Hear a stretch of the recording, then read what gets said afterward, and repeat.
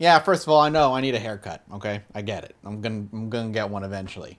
So I think it's become pretty clear over the past few months that I am a huge fan of collecting old games. From big box PC games, which are my favorite to display, to old console games, NES, SNES, and all that other stuff. I love collecting it. It is my childhood in physical form, and for me, it's like preserving a piece of history, something that we'll never really see again. The way that big box PC games were done, filled with all kinds of goodies, manuals, colorful boxes. As the digital distribution era has kind of come and taken over, those types of releases for video games just aren't profitable anymore, so they don't make them. But there are a few other ways to start collecting, and if you remember correctly, not too long ago, I actually did a video talking about IndieBox. Now, IndieBox is one of those monthly subscription services where you end up paying every month, and once a month they send you a relatively popular indie game in a physical box complete form that you can throw up on your shelf and collect. And I did a few videos about it because I just really enjoyed the service. I was paying for the service.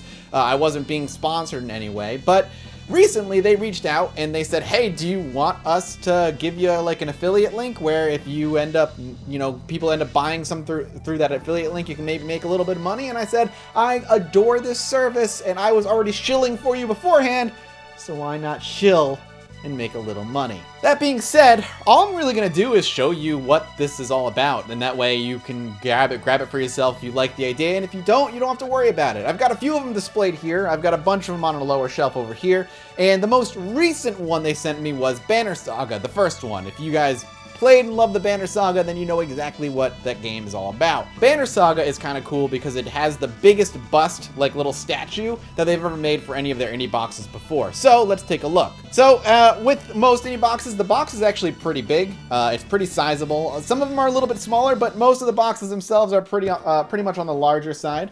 And it's a sturdy box, and they're all really cool, and I like the way they look up on the shelf for display. So this is what I love, okay? This is dumb. I talked about it before. This is really stupid to love, but I talked about it before when I did indie box stuff. So you get the little case and your typical like DVD thing, and then the box has like your typical like just talking about the game, a couple quotes, you know, as you would, but something you don't even get in console games that very often anymore these days. Outside of the fact that it has, you know, a couple CDs, which one I believe is the soundtrack, and a sticker, is like a full-fledged manual. This is, for whatever reason, this is my favorite part of the indie box, is that they actually give you a full-fledged manual with full-on art on the inside and descriptions, and there's a lot of like nostalgia for me with these things, and the reason for that is back when I was a kid, if I got a new video game and I couldn't play it right away because I was out with my mom or whatever, I would just sit there and read the manual for hours and hours and hours and just imagine playing that game, which now that I talk about it, it's kind of a little depressing. But there's actually a picture my mom has in her house somewhere of me at my brother's baseball game, and I was sitting at the bleachers, and I was reading the manual to Ocarina of Time. I was in my winter jacket, and I was just sitting there reading and reading and reading, and I had gotten it for my birthday from my grandmother, and I couldn't play it for another few hours because we were out with my brother's baseball game, and I was too young to be left alone home. So I was reading it, and manuals just kind of bring that memory back for me. The other thing that comes in this box is the actual statue itself, which is just a display statue. It is a plastic, so it's not like you're actually getting stone or anything. And we're gonna just, looks like you just kind of pop the head on it. So I'm gonna go ahead and do that real quick. Okay, let's just edit this part out. See, it's like a hollow plastic. It's not, you know, very heavy or sturdy, but it means it's not going to break, and it still looks cool. So you just got the two pieces. Okay, I actually can't do this. How do I do this? I think the guy sent me an email on how to do this. Literally another video of a dude who doesn't know how to do this. Come on, YouTube, you're better than this. All right, well, that was a terrible example. I couldn't figure it out. It's going back in the box as far as I'm concerned. And the other one I'm going to take a look at today is actually a game called Nefarious. I don't know this game very well. I actually don't even think I've heard of it, but the box looked really neat and I wanted to pop it open, and I want to show you what you're likely going to get in an indie box. Typically, indie boxes don't have like a statue or a bust. Very few of them actually do. Most are along this lines where you're going to get a bunch of little stuff in there that is more reminiscent of getting like a big box PC game. One of the things I really love about indie box too is if you're just a collector and you don't like opening whatever you get, keeping in the plastic wrap, all the indie boxes come with the code on the actual like this delivery box itself, so you can put in the Steam code and never actually have to crack open your indie box if you don't want to. Also, lately they've been sending them on CDs, which is kind of cool. For a while they were just sending the game on USB drives, but oh Jesus.